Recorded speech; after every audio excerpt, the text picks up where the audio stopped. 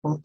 And nagkaroon ako ng testimony after 5 days lang po in drinking I Am Worldwide, pure organic barley, nawala yung symptoms ng GERD. Yung nawawala yung naibsan, yung acid ng tiyan, sabi ko, pala maganda. So again, kapag nakikita mo yung progress, effectivity ng isang product, huwag mo nang pakawalan. Tama po ba?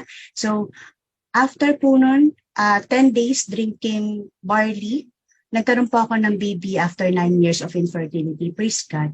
Before po ako nagkaroon ng nalaman natin si Barley,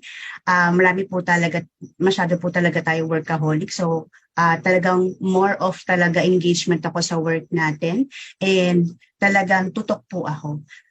Dahil po siguro sa stress and environmental factor, nagkakaroon po talaga tayo ng mga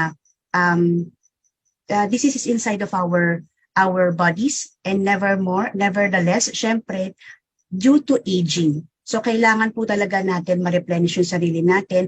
And nagkaroon din po ako ng marami pong lab results, lab tests by the doctors, and also gave me any recommendation. Kasi nga wala silang nakita doon sa aking mga diagnosis, sa mga lab tests, lab results.